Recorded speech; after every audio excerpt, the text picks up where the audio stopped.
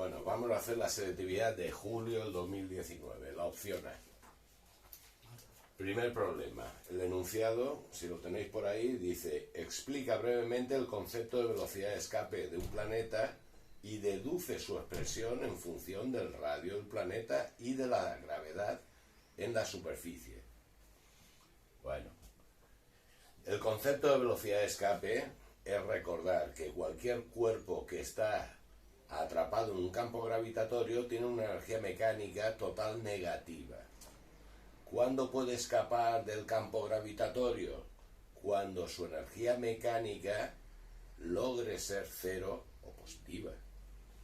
¿Qué es lo que hacemos? La energía total, la energía mecánica, la igualamos a cero. Esa energía mecánica es cinética más potencial. La energía cinética, la energía potencial, y de ahí se deduce que la velocidad de escape es la fórmula que ya conocéis, que tenéis que deducirla. Ahora, la gravedad en la superficie de un planeta será la constante gravitatoria por la masa del planeta partido el radio del planeta al cuadrado. Si de ahí despejáis el valor de G sub m, pues R cuadrado lo pasáis multiplicando y sustituís en esa expresión y acabamos de deducir que la velocidad de escape será raíz de 2 veces la gravedad en la superficie por el radio del planeta, que es lo que pedían. El problema 2 dice: las posiciones respecto al origen de coordenadas de dos cargas de menos 4 microcoulombios y menos 6 microcoulombios son respectivamente 3J y menos 3J. Luego la carga A de menos 4 microcoulombios está en el 0,3, la carga B en el 0 menos 3. Piden: calcula el valor de la carga situada en el origen de coordenadas si la fuerza eléctrica total que actúa sobre ella es 2 por 10 a la menos 3 J newtons. Bueno, aunque pidan la fuerza, os recuerdo que eso podéis calcularlo a partir del campo, así que prefiero explicaroslo así. La carga situada en el 0, 0 significa que es en ese punto donde debo de calcular el campo. Luego el campo en el 0, 0 será campo en el 0, 0 debido a A más campo en el 0, 0 debido a B. Aquí os recuerdo que yo, aunque no sepa el signo de la carga, donde queréis calcular el campo tenéis que imaginar una carga positiva. Positiva con negativa se atrae y positiva con negativa se atrae. Luego esas serán las direcciones del campo respecto de A y respecto de B. ¿Cómo calcular el campo en el 0, 0 debido a A? Pues tenéis que trazar el vector que va desde donde está la carga A hasta donde os piden el campo. Hacer el módulo. El módulo es la R de la fórmula del campo. Y después el vector unitario. El vector unitario es el vector que os habéis trazado partido del módulo, que en este caso es menos J. Pues el campo será la K, que os la dan, 9 por 10 a la 9, por el valor de la carga, con su signo y todo, menos 4 por 10 a la menos 6, partido la R cuadrado. Y por el U sub R. En total 4000 J. Ahora, ¿cómo calcular el campo en el 0, 0 debido a la carga B? Pues hay que trazar de nuevo el vector que va desde donde está la carga hasta donde queréis calcular el campo. Luego será el vector BO, que saldrá al 0,3. Su módulo, 3. El vector unitario, pues el vector partido del módulo, es decir, J. Luego el campo del 0, 0 debido a la carga B será el valor de Q, de la carga, de la constante, por el valor de la carga con su signo, partido la R cuadrado y por el U sub R, que ahí da menos 6000 J. Luego el campo en el 0, 0 será campo en el 0, 0 debido a A más campo en el 0, 0 debido a B. 4000 J más menos 6000 J da menos 2000 J. Newtons partido coulombio. Y ahora, lo que yo sé es la fuerza.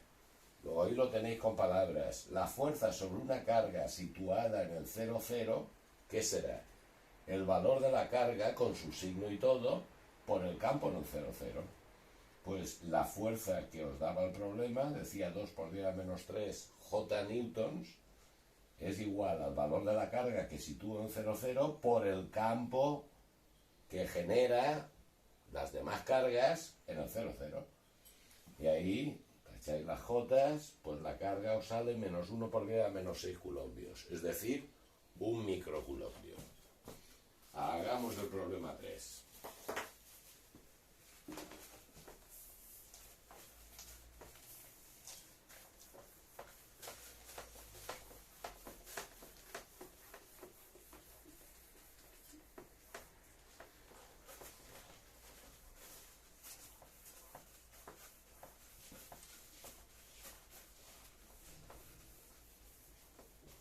Bueno, el problema 3 dice, dos hilos rectilíneos indefinidos, dos hilos rectilíneos e indefinidos,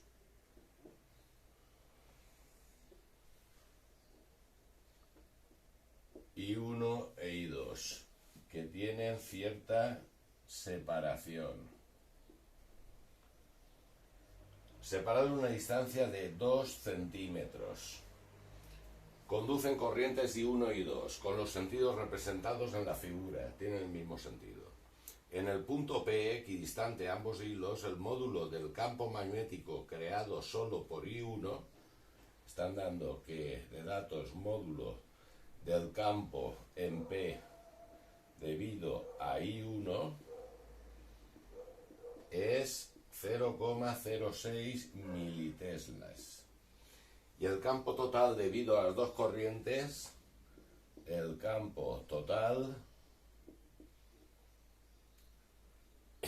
es 0,04 militeslas. Ambos, el I1 y el total, la misma dirección y sentido. O eso es un módulo con mismo sentido.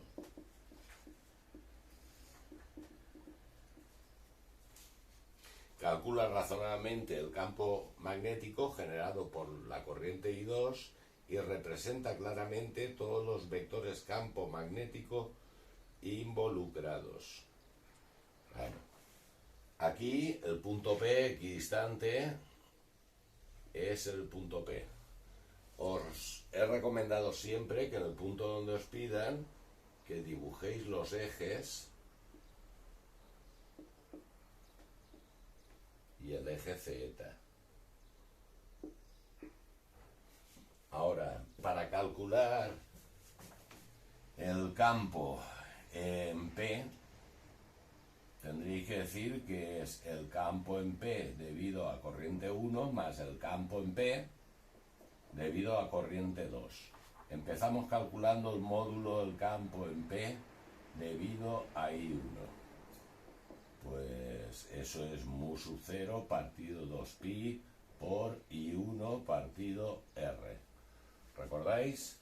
Ahí tenéis que trazaros pues la circunferencia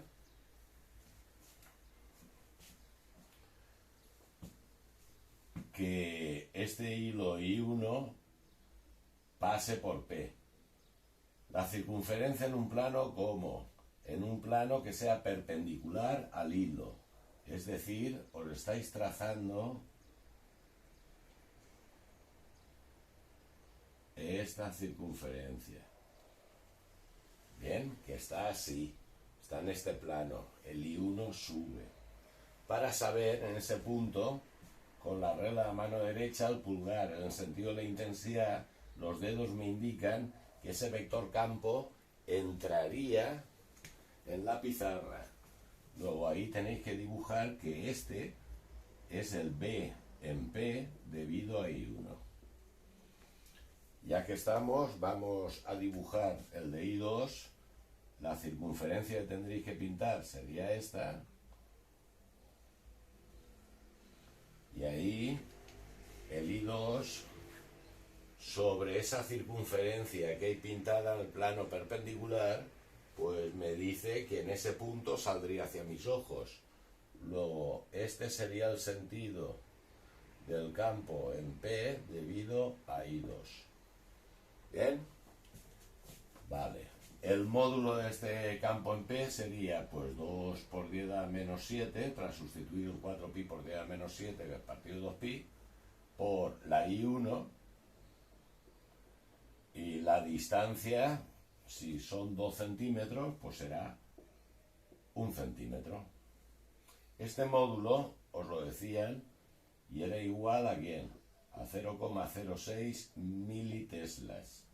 Luego la intensidad 1 al despejar os saldrá pues 6 partido 2, 3 por 10 a menos 2 por 10 a menos 4, pues 3 por 10 a menos 4 partido 10 a menos 6, 7, 3 por 10 a la 3 miliamperios, lo cual corresponde a una intensidad de 3 amperios. Bien, ahora, esto que me estaban diciendo lo tengo que recordar ahora. Me decían que el campo total en P y el que genera I1 tienen el mismo sentido. El sentido acabo de encontrarlo, el sentido negativo del eje Z. Luego, como vector, el campo en P debido a I1 sería igual a menos 0,06 K militeslas. Bien, calculemos el de 2. El módulo del campo en P debido a corriente 2 será mu sub 0 partido 2pi por I2 partido R, luego 2 por 10 a la menos 7, el valor de I2, la R vuelve a ser 0,01, y esto será I2 10 a la menos 7, 10 a la menos 5, 2 por 10 a la menos 5, I2. Escrito como vector, que ya lo hemos pensado, el campo en P debido a I2 sale hacia nuestros ojos, luego tiene la componente Z en positivo.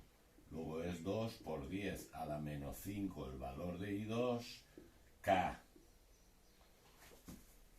El vector suma, ¿quién será? Pues el campo en P va a ser igual a esto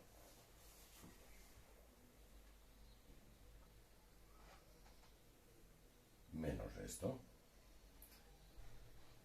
El 2 por 10 a la menos 5 I2 menos 0,06 K. Este campo en P ya me daban que el módulo era 0,04 militeslas y que tenía el mismo sentido que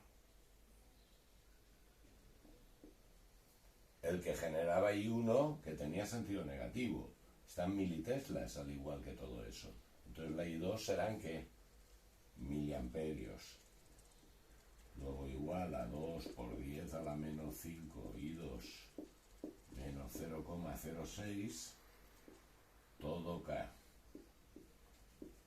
Lo tacháis y 2 por 10 a la menos 5 I2 será igual. Este pasa aquí sumando y entonces me quedará 0,02. Con lo que I2 será 1 por 10 a la menos 2, pues 1 por 10 a la 3 miliamperios, lo que corresponde a una intensidad 2 de 1 amperio. ¿Qué más pedía el problema? Pues pedía: calcula razonablemente el campo magnético generado por la corriente I2. Y ya está. Representa claramente todos los vectores. Ya está. Calcula el valor de I1 y I2. Luego ya está. Nos vamos al problema 4. En el problema 4 hay que leer la gráfica.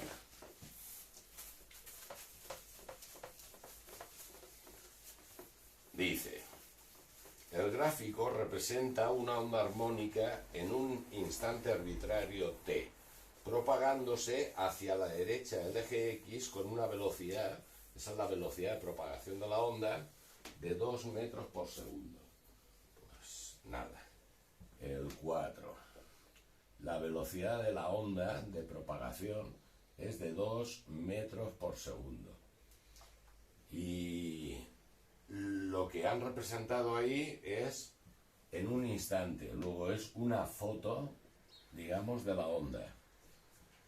Determina razonablemente la amplitud y la frecuencia de la onda.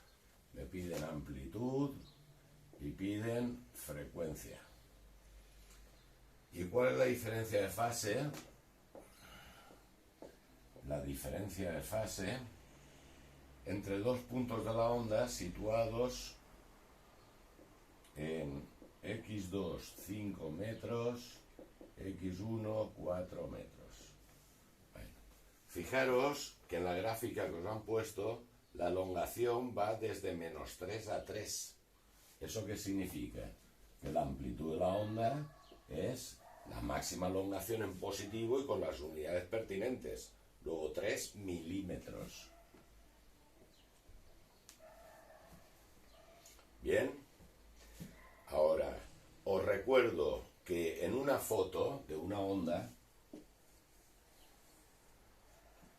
hay un parámetro característico de la onda que es la longitud de onda, que es la distancia mínima que hay entre dos puntos en concordancia de fase. O sea que están haciendo lo mismo. Eso es lambda. Eso, o analizar, por ejemplo, de este a este. Eso es lambda. Esos dos puntos en esa foto están haciendo lo mismo. ¿Bien? Luego la lambda ahí se deduce clarísimamente que son 4 metros. Espero que lo veáis. Me pedían la frecuencia. Eso es por la velocidad de la onda. Os recuerdo que la velocidad de la onda es lambda por frecuencia. Luego 2 es igual a 4 por frecuencia. La frecuencia son 0,5 hercios. Eso es lo que pedían. Y después la diferencia de fase entre dos puntos situados ahí. La diferencia de fase entre dos puntos situados o separados por una distancia es la separación que tienen los puntos. La K, el número de onda, os recuerdo que era 2pi partido por lambda. Y aquí es un 5 menos un 4. Luego será 2pi partido la lambda, que ¿qué es? 4. Significa pi medios radianes. La diferencia de fase entre esos dos puntos, pi medios radianes. Que ya no pedían nada más. El 5, perdón. Para observar una hormiga de 3 milímetros de longitud, se usa una lupa de distancia focal. Os recuerdo que una lupa es una lente convergente. Luego la F2 es positiva. 12 centímetros.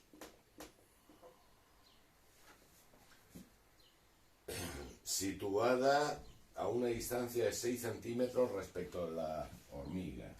La posición del objeto es un valor siempre negativo. ¿Por qué? Por convenio.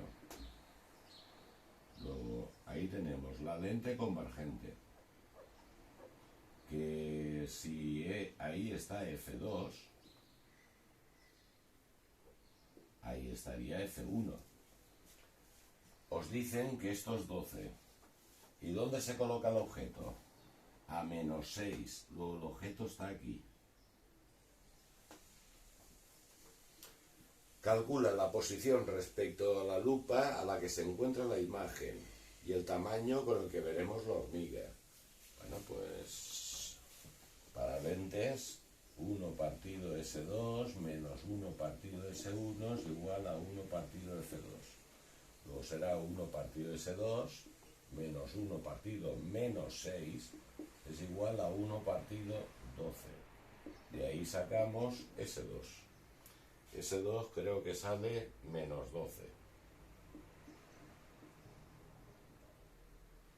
Ya el salir a la izquierda significa que es una imagen virtual, porque eso es una lente. Entonces son imágenes por refracción. Cuando salen a la derecha de la lente son reales, pero si salen a la izquierda son virtuales. Piden también el tamaño. El aumento lateral en lentes es S2 partido S1. Es decir, S2 menos 12 y S1 menos 6, luego me da 2. Os recuerdo que el aumento lateral era I2 partido I1. Luego 2 es igual a, para observar, 3 milímetros de longitud. Esto es 3 y eso es I2. I2 nos dará 6 milímetros. Con la lupa lo observaré el doble de grande. Representa el diagrama de rayos, señalando la posición y tamaño de objeto e imagen, e indica cómo es la imagen, real o virtual, derecha o invertida. Eso ya lo sabéis, porque es la última situación de una lente. Pero aunque no lo sepáis, con el trazado de rayos, el rayo que viene paralelo y tras refractarse se va por F2. El rayo que pasa por el centro de la lente sin sufrir desviación. Y el rayo que viene de F1 y tras incidir en la lente se marcha paralelo. Esos rayos se abren, luego la imagen es una imagen virtual. Hay que prolongar los rayos y fijaros cómo la prolongación de los rayos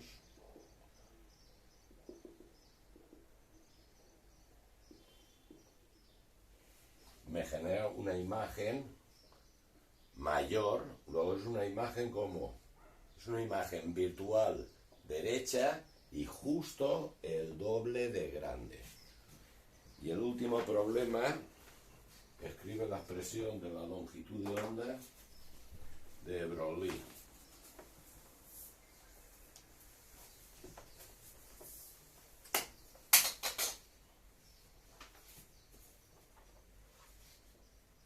Escribe la expresión de la longitud de onda de Broglie y explica su significado. Bueno, calcula la longitud de onda de Broglie de una bacteria que se mueve a una velocidad de 66 micrómetros por segundo.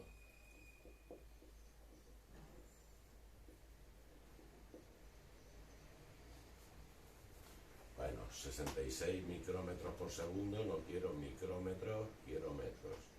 El micro 10 a la menos 6. Luego será 66 por 10 a la menos 6 metros por segundo. Sabiendo que la masa de 1 millón de bacterias es de 1 miligramo. Pues 1 miligramo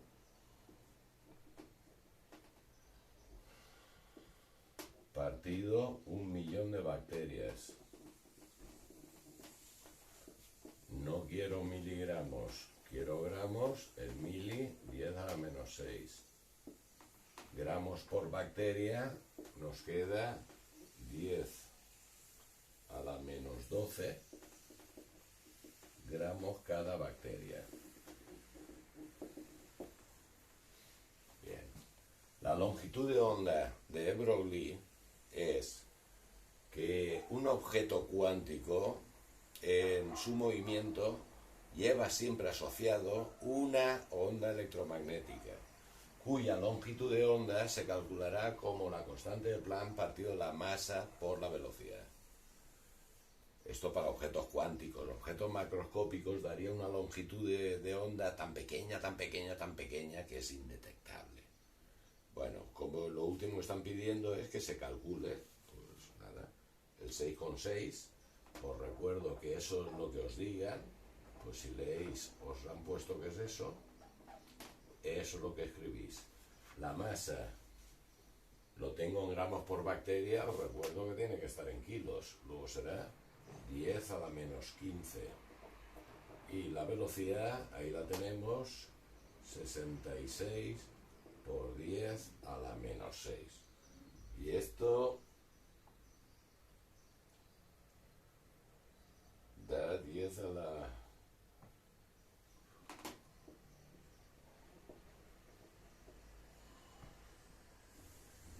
menos 15